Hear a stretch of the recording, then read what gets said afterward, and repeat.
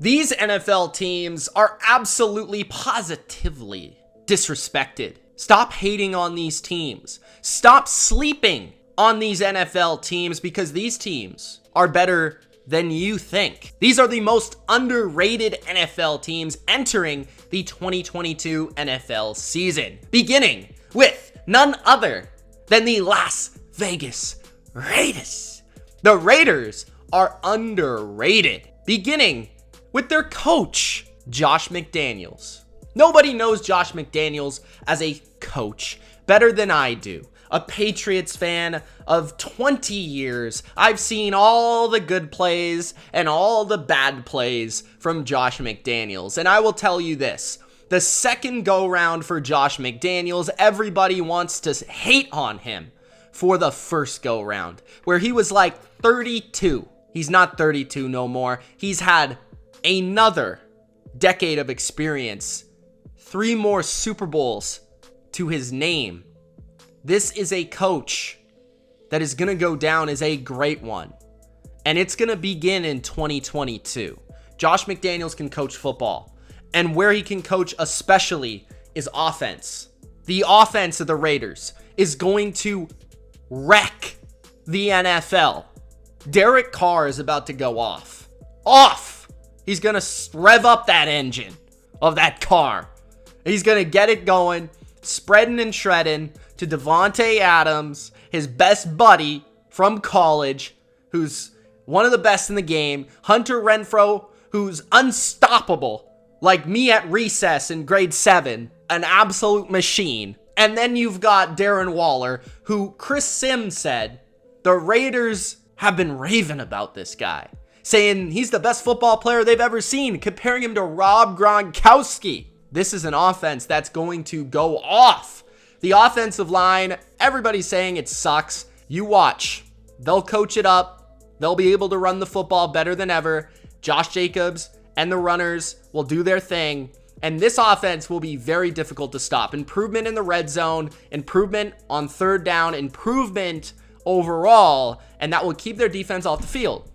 When their defense gets on the field, they've improved their scheme. Their scheme is going to be more diverse, more creative, and keep quarterbacks on their toes. No longer will they just run the same coverages over and over and over again and get torched by Patrick Mahomes. No. They have Max Crosby. They have Chandler Jones. Arguably the most destructive duo of pass rushers in football. They upgraded the interior defensive line. I love the signing of Jayon Brown. I love the veteran signing of Duron Harmon in the back end. And I love their corners. Yes, their corners are extremely underrated. From Anthony Averett, my favorite dude from Baltimore. I always rave about him because this guy can play. Trayvon Mullen can play. Rock Ya-Sin can play. And Nate Hobbs, Lenny B has told me he can play. So I'm not concerned about the Raiders secondary. I think they are very underrated. And did I mention Trayvon Morick? The Raiders are a contender this year. That's how confident I am. They are underrated. The next team that is underrated is the New England Patriots. Yes, my New England Patriots are underrated because everybody thinks they suck. And I know earlier in the offseason I said they sucked, but I was kind of getting ahead of myself because I forgot that there is one man that runs this team that's pretty good at running football teams, and his name is Bill Belichick. And after all, in Bill I trust, and in Bill I trust that he will get the job done this season, that he will surprise the AFC and the AFC East, and that he will be better than the Miami Dolphins, because everybody's saying the Dolphins are better, but no. The Patriots will be better this year. That's why they're underrated. Offensively, they're being slept on. Everybody was hating on my ranking of their offense being in the top 15 because they don't have household names at wide receiver, because everybody thinks Mac Jones is something he's not, which is the next coming of Kirk Cousins. No. Mac Jones is going to be good. He's going to be special. I just see it. And I think he's going to take a massive jump this year. The offensive line is still as solid as ever. I think we're going to see more from guys like Jonnu Smith, Nelson Aguilar, and potentially Kendrick Bourne this year as players that first year with New England last year. Look at how many players are now in their year 2 in the culture. Bourne, Aguilar, Henry, Jonnu, Ramondre Stevenson, Mac Jones. Defensively, Matt Judon, right? So many of these players, Devon Godshaw, played their first year last year under Bill Belichick. What happened? Well, there were special teams errors you never saw, penalties you never saw, late game slip-ups you never saw. That won't happen this year. Bill Belichick will get rid of that stuff. There'll be more on their details this year. Defensively, I also think they're underrated. I think Christian Barmore is going to have a huge year this year. I think their linebackers got quicker, faster, and younger.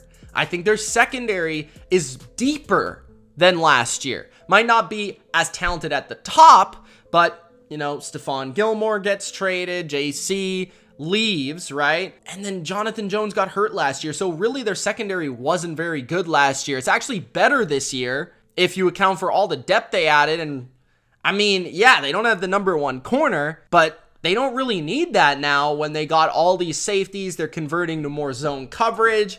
And they've got some young ballers like Marcus Jones and Jack Jones, and who knows? I think Belichick knows what he's doing on defense. I don't know.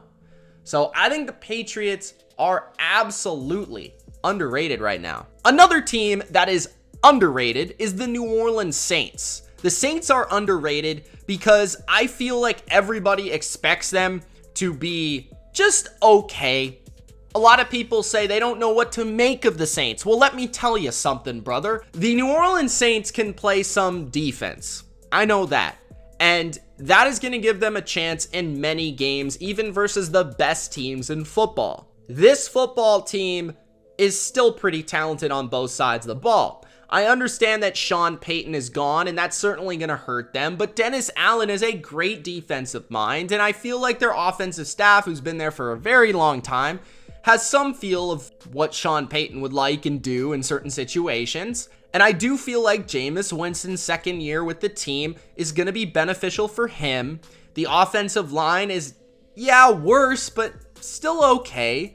Alvin Kamara, however you say his name nowadays, is going to be playing this year. Michael Thomas, I think he's going to be playing this year. You don't want to say it too early, so I'm going to knock on wood, but he's pretty good when he plays football. Jarvis Landry might be a shell of himself, but he's better than what they had last year. And Chris Olave certainly could be the take the top off the defense guy that they didn't have a year ago. And hey, Taysom Hill's still there. He's a baller.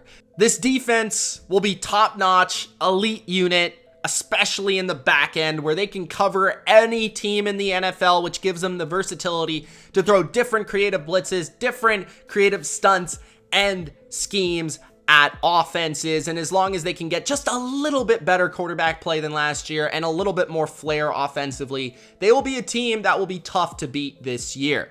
Another NFC team that is underrated is the Minnesota Vikings. The Vikings are starting to gain some steam in the media, but I do believe for the most part, they're underrated. And I believe it's because of Kirk Cousins. I think a lot of people look at Kirk Cousins and they say, it's Kirk Cousins. You know, and we have the meme about every other football player being some sort of variation of Kirk Cousins, and it's okay, but he's going to say you like that at the end of the year, and everybody's going to be like, yeah, I do. They're a good football team. Justin Jefferson is pretty good.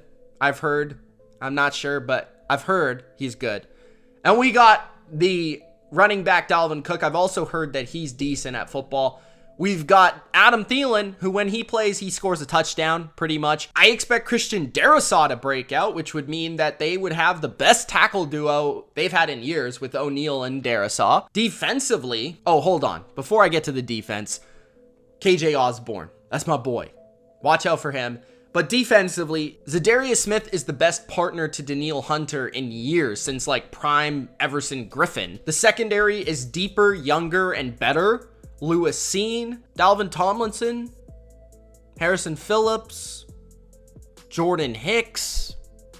These players can play football. And Kevin O'Connell is the biggest factor. Kevin O'Connell, former draft pick of the New England Patriots, I believe in the 3rd round, was with the Rams, saw a team win a Super Bowl with Matthew Stafford, saw how they played offense, how they distributed the football to Cooper Kupp, and how they spammed the living you-know-what out of that man.